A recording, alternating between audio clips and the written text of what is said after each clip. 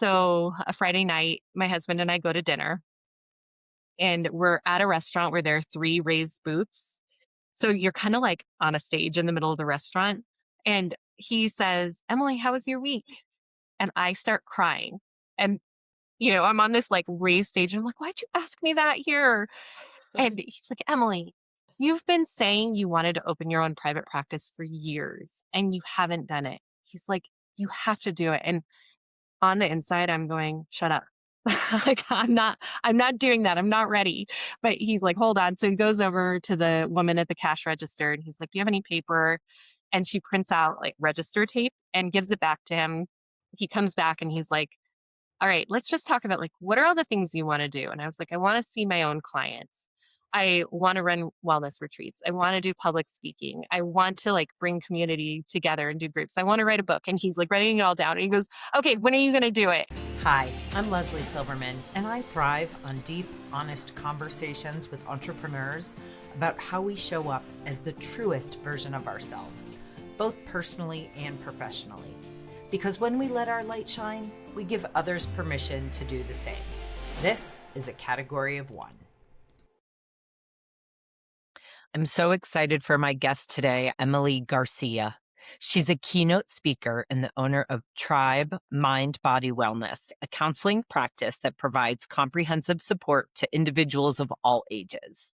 Alongside leading a large and dedicated team of counselors, Emily is the co-host of the podcast Soul Stirred: Stories of Growth and the Human Experience.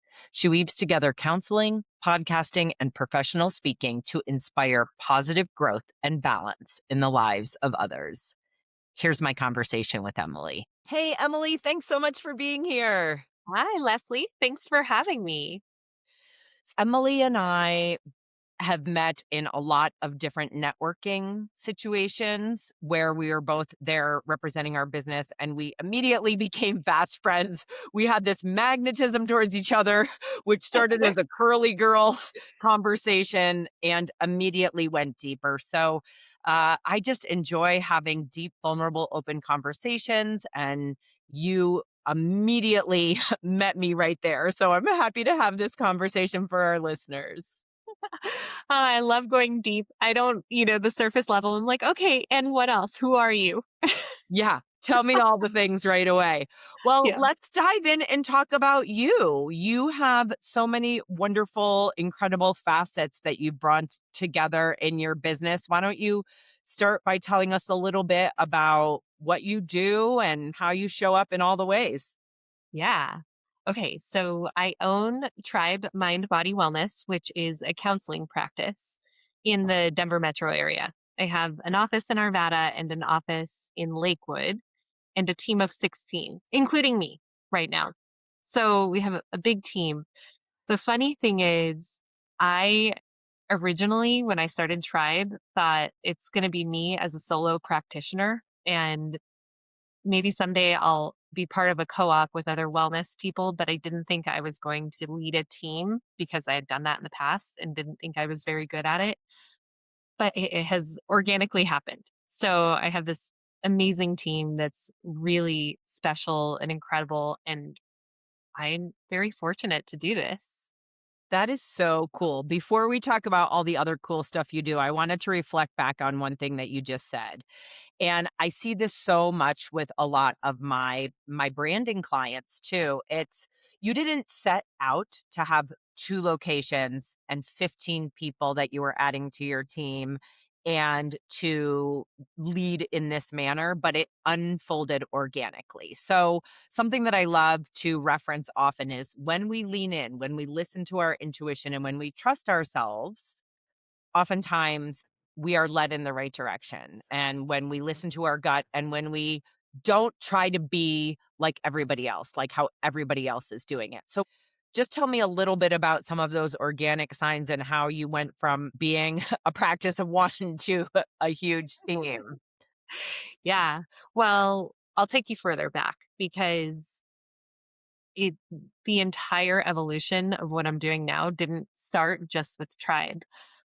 When I was a teenager, my family went through some big stuff and I was court ordered to go to therapy for the first time. I'd never been in therapy before. I didn't actually really know what that meant But I was a teenager and I was kind of like, I don't really want to do that.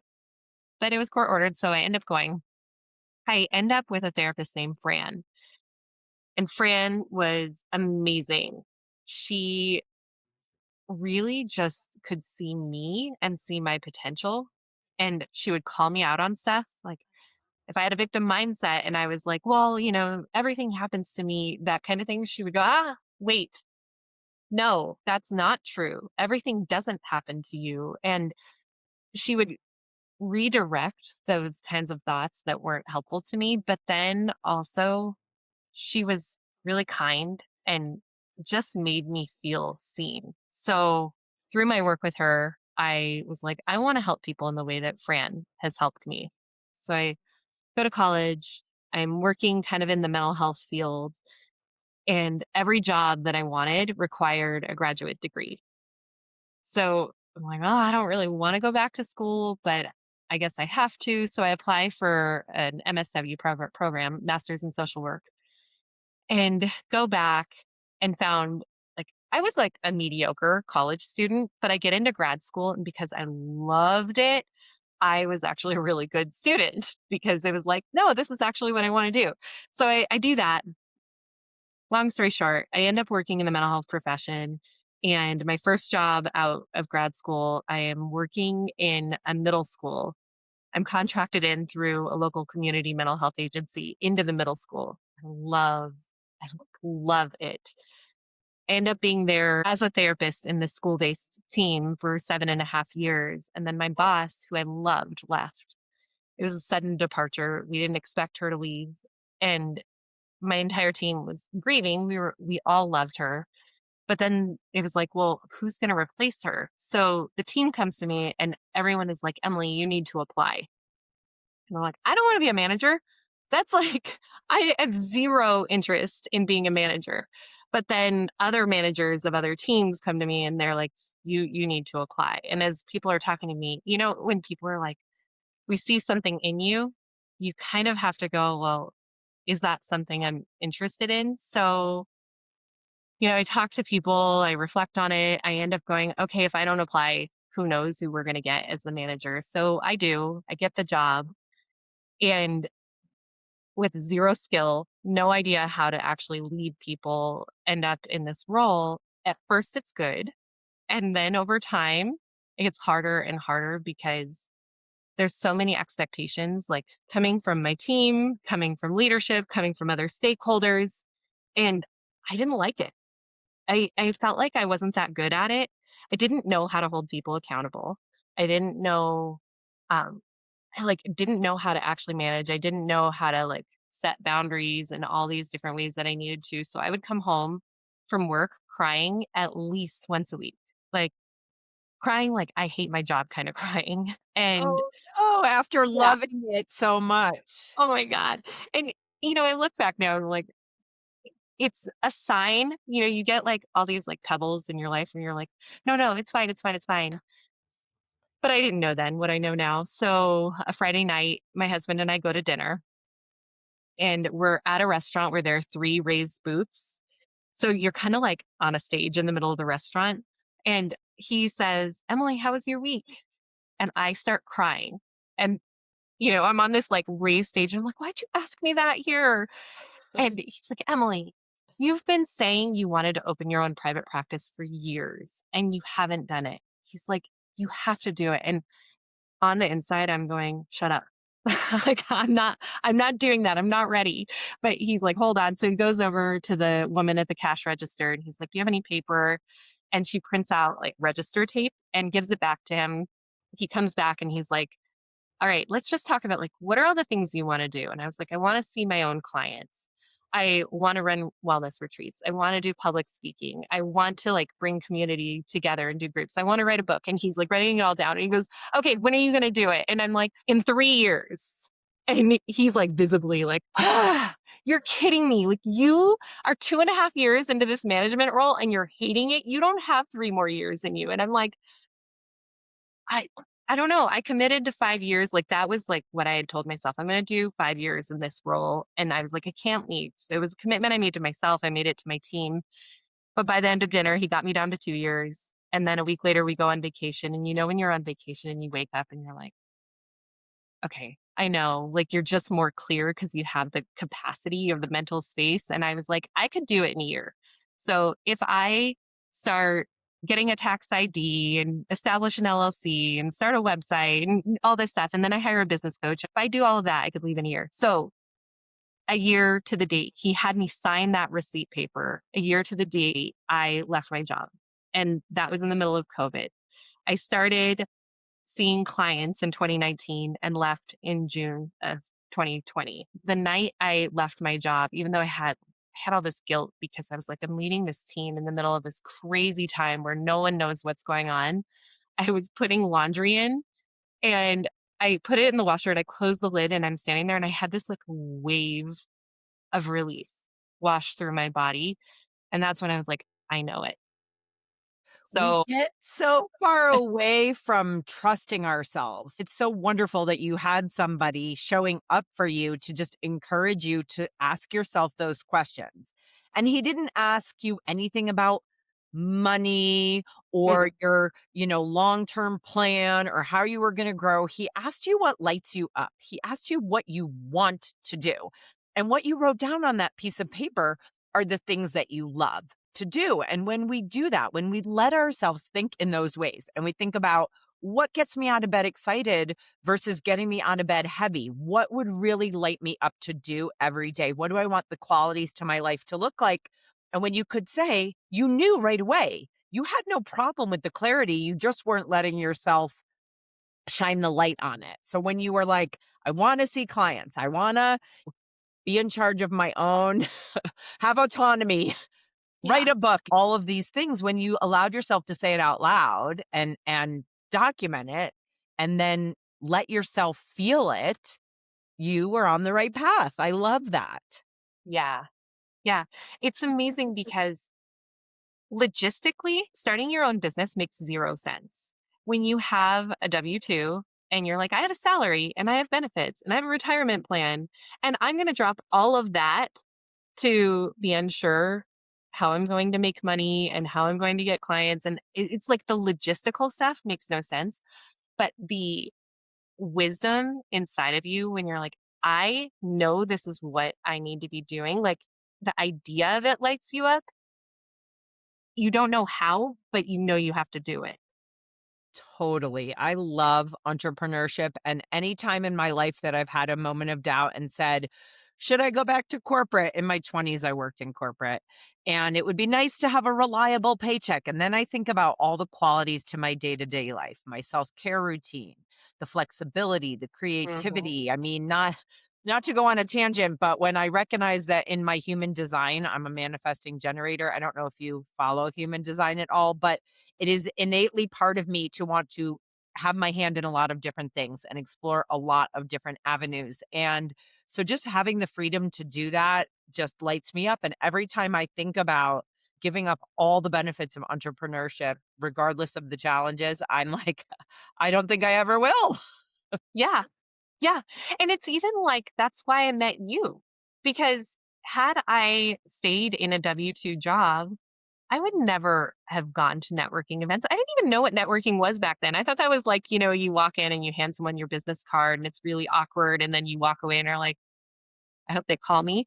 I which it's not, but I wouldn't have met you. I wouldn't have met so many incredible people because I would have just stayed in this box of like, it's comfortable, I know what it is, and you have to well, as an entrepreneur, you have to put yourself out there and do things that you're like, "I don't really wanna do it, it's scary," but then you're so proud of yourself.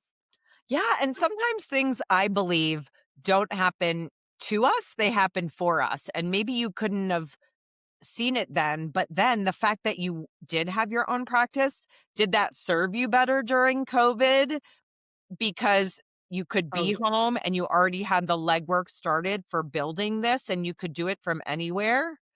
Oh, yeah. It was like okay, so being in therapy prior to COVID, everyone would go, "You can't do therapy online, that's not a thing," and then literally overnight, it was like, "Therapy is online, that is the only way to do it," and I was in one profession that actually it was like a good time to be a therapist because there were so many people who had never gone to therapy before that thought, well, I guess now is the time. And so I had a full caseload immediately. That's awesome. I mean, it's not aw it's awesome, but it's not awesome. First of all, Yeah. I love therapy, and I think everyone should always be in therapy, always, forever. That's the perfect example of how we can't just always live by the spreadsheet and the planning. We have to find that combination of making practical decisions and also listening to our gut, because you ended up building something beautiful that really lit you up, and you never could have anticipated that happening. I mean, we were busy during COVID as well because everybody was like, "Oh, everything's happening on the internet. If I don't have a good website, then I'm losing clients." And so we had a lot of web development work during that time, really great numbers as well. But okay, so now fast forward us just a little bit. You had your private practice. How long until you started bringing on team members? Yeah. So it's late in 2021, and Rachel, who I previously had worked with, she was someone who she was a therapist before me. And when I started as in my first therapy job, Rachel helped train me. So we worked together all those years when I was in community mental health and we both became managers. Rachel reaches out to me mid 2021 and says, I'm thinking about leaving this role and I'm considering private practice. Can I pick your brain? I'm like, sure. So we get on the phone, we're talking about it, and I adore her. I she's such a special person. And as we're talking, I was like, Rachel, do you want to just join me? And she was like, yeah, I think so, but let me think about it. So she talks to her family. She, is very thoughtful about what it would look like, asks some questions, and she's like, okay, I'm in. So she joined me. She was the very first person to join my team. And even at that point, I was like, well, maybe it'll just be me and Rachel. And then, I rented out this suite at an office in Lakewood. And I'm thinking maybe I'll rent out the other offices. I don't know. But it organically kind of happened where someone would recommend someone to me, or I knew someone who I'd worked with, or I knew someone through someone else. And then people started calling me and saying, hey, I want to work with you. And it just kind of built from there. So I don't post positions on any online platform. I just really go, the right people are going to come to me because it's what I'm putting out there. And they have. It is like this incredible thing because everyone on our team is they all have these different backgrounds and it's like very diverse personalities and wisdom and experience, but they've all come organically. Whether they just like some people have Googled and found Tribe and are like, I want to work there. And so they just apply and then I meet them. But it's kind of over time evolved. And every stage of the game, I've been like, okay, I'm going to work with one person. No, I'm going to work with five people. Now I'm going to work 10 is my max, 12 is my max. And now I'm like, okay, 16 is my max. And so I don't know. I keep eating my words. I don't know really what my max is. Right now it's 16, but it's just, I feel like it's kind of like a higher slow wait for the right people. I don't want just a warm body. I want someone who really embodies our values and that I enjoy being around because with my team, every single person I would go to you for therapy. Like obviously I can't because we work together, but I would go to you for therapy. I would trust you enough to refer my family member or my friend or my own child because I trust you that much. And so I really have like created a team of people that I trust and enjoy. That says a lot. And that is, having that sort of mission and vision or brand mantra or whatever you want to call it, and just checking in with yourself to understand. And those are beautiful parameters and questions to ask yourself. And that has built your trust muscle to know that if you can answer all of those questions without even thinking twice, that that's the right fit person. What, when you chose your name, Tribe, Mind, Body, Wellness. That says so much to me about we're not just treating you like an emotional being, but we're looking at your whole self, right? How are you in your body? How are you in your spirit? And all of that. I mean, is that what you were going for with that Yeah. name? Oh, thank you. That's such a good question because it is like, it was hard to choose a name because I kept going, well, yeah, but there's that and that's not enough. But I was reading right before I started Tribe.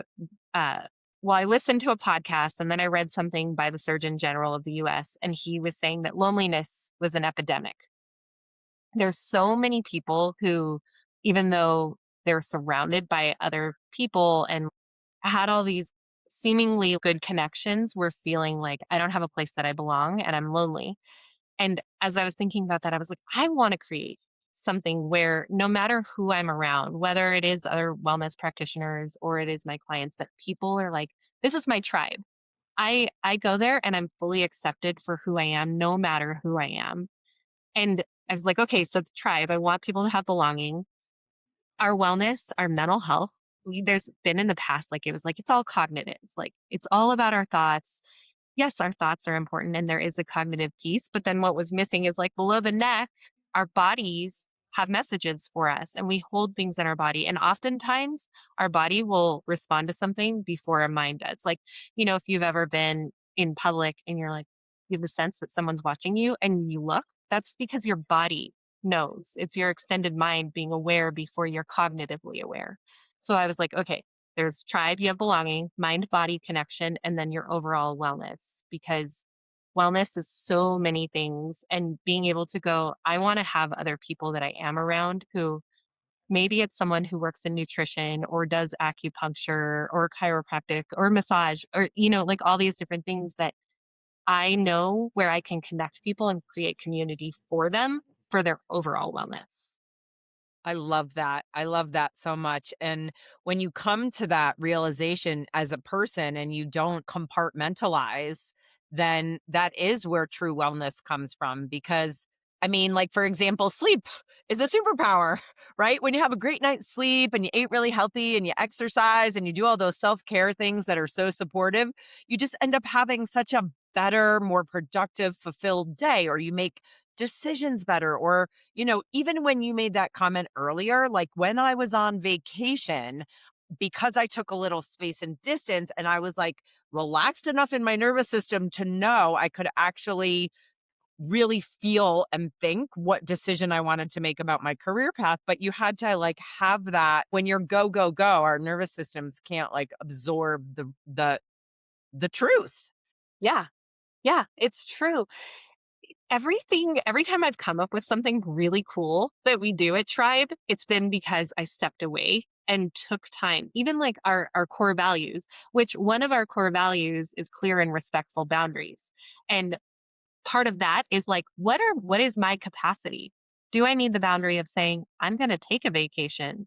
Do I need the boundary of saying, like, I need to end clients early on this day or, like that kind of thing? Because when we do that, we are better at how we show up. I love that. What are your other core values? So, that we show up with positive heart. And that's like part of like being encouraging and kind to one another, being grounded and relational, that everything we do is about relationship. And being able to communicate and say, like, this is something I can do, this is something I can't, and being upfront because, like if you send someone an email and then you never hear back, you're like, did they get it?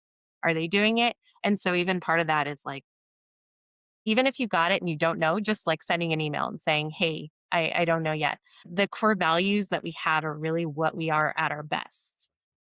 And so when we created them, we sat down as a team and we talked about all the things. And then I ended up going to a core values workshop and defined them. And it helped me to like pull out like, what are the things that people on the team are actually doing? And then I created something about like, how do we actually live that? And so everyone on the team knows what they are and not just me going, oh, yeah, that's our core values. And it's like a pretend thing. But we now have a nomination program where people nominate each other once a month. And then randomly I pull it out and whoever nominated and the person who was the nominated person. So the nominee and the nominator, they each get $10 to use for like a gift card or tribe swag. We just got a tribe swag store with like really cool items. So it's like it is part of how we are and part of our culture. And it sounds like you have come full circle on leadership and learned how to be a personally boundaried leader and also reward your team and grow together and, support what they want the tribe to look like too. Yeah. And that's the thing. Like, I know I've grown so much because I actually really, really enjoy what I do now. But then I also know my growth edges. I know where like having hard conversations is still really, really hard for me. And I've gotten better, but every time I have to have a hard conversation with someone, it's the kind of thing that like I will think about and think about and think about and stress. I don't know that we're ever done growing as a leader. Yeah, and that's why they're called hard conversations. I don't know anyone who likes hard conversations. I think Yeah. like with boundaries, I think we can feel proud of ourselves when we know that we showed up with, we'll use one of your core values, right? Grounded and with a positive heart, right? If you're showing up with good intention, then you can feel good about how you handled the hard conversation. And one thing I've realized with hard conversations is I have a tendency to make up a story. Like maybe it's if someone hasn't replied to an email or what I think is going to happen. And then I realize that that is just a story that I've made up and it's simply not true. And so instead of attaching myself to an outcome, I look at coming into things feeling good, keeping my side of the street in integrity and coming into conversations or hard ones with that open mind and just trusting instead of making up a story ahead. Yeah, I do the same thing. I always have a story like, oh God, and they're going to be so mad at me because I'm bringing this up.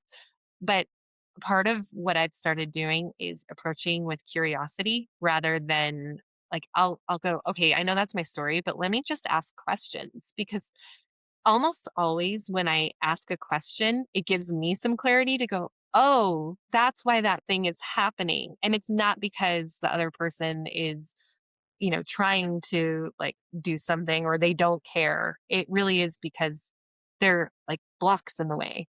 Yeah. And our stories, right, are probably like our ego trying to protect us because we're Mhm. fearful. And that's just been a happy self-talk trick for me is to be like, Leslie, are you making up a story or is this actually true? Do you have facts that make this true or not? So, okay, I want to pivot though and hear about your beyond your incredible practice. And just for the listeners, if you're curious about working with Emily, we're going to link in the show notes her practice website. She and her team see clients in person and online throughout the state of Colorado. Yes.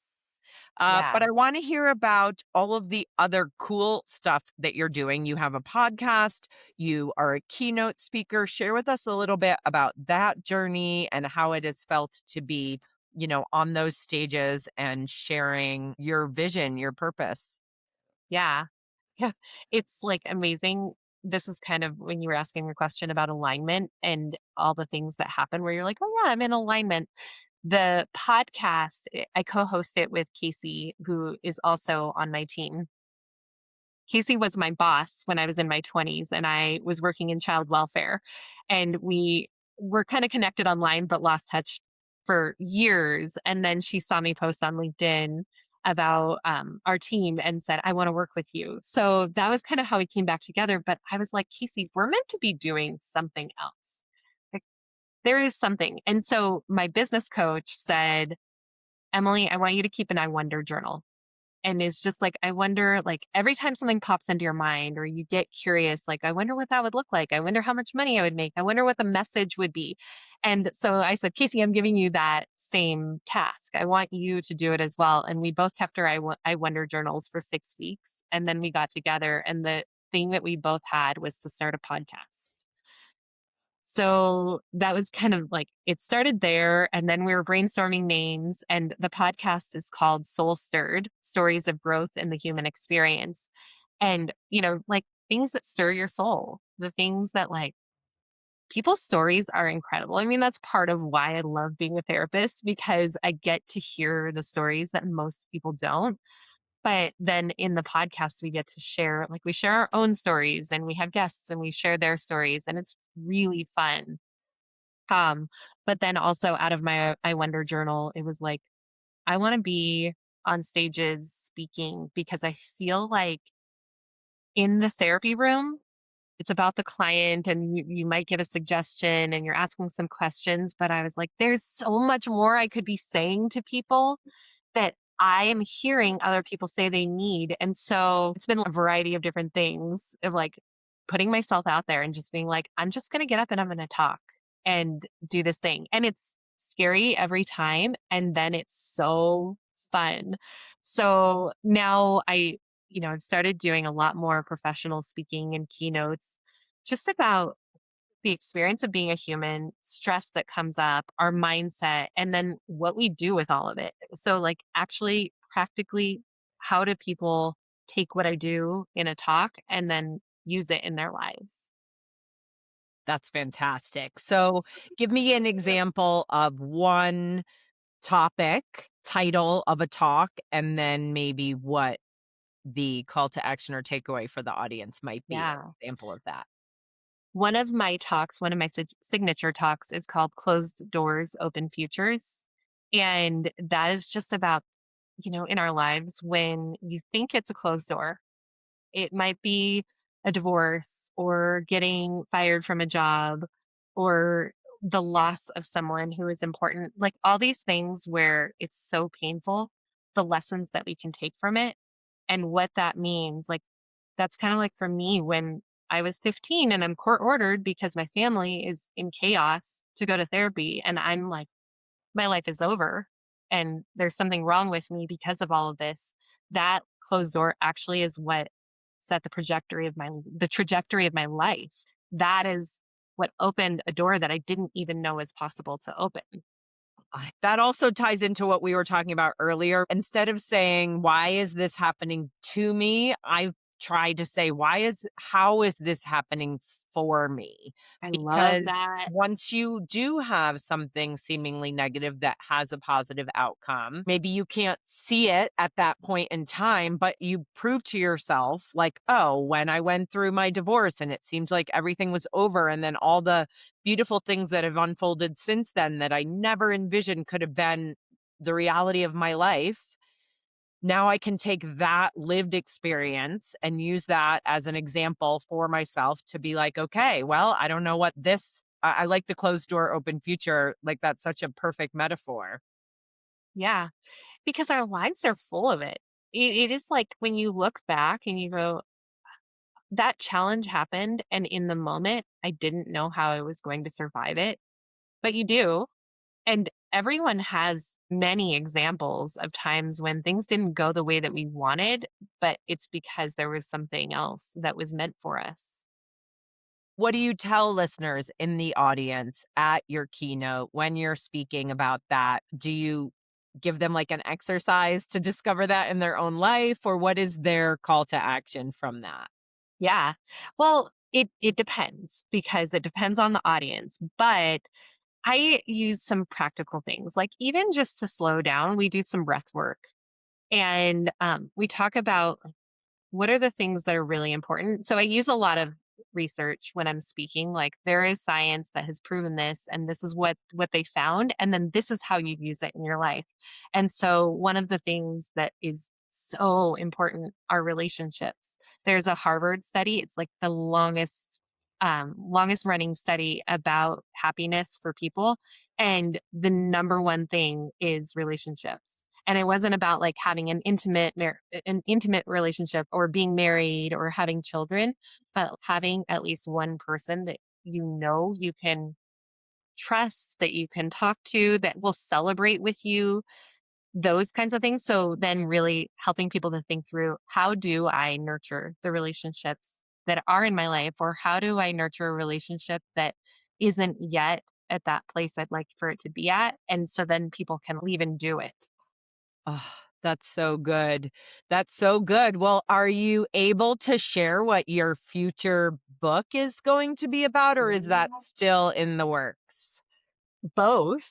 Yes, and I've been writing it for a year and a half now, and my goal is to have it done, written, and ready to start getting edited by the end of this year. But it's a combination. It's a memoir, but also with practical tools. So it's kind of like how I speak. I really love storytelling. And so it's the stories, and then what's the lesson from that? And then how does that apply to someone else's life? Think storytelling. I know it's, sort of a buzzword right now, but I think it is the part of us that is so human, and it allows us to see pieces of ourselves in others and to feel connected. And when we have a story that is an example, we can feel like, well, if it's possible for that person, then it's possible for me. And so I love weaving stories in as often as possible.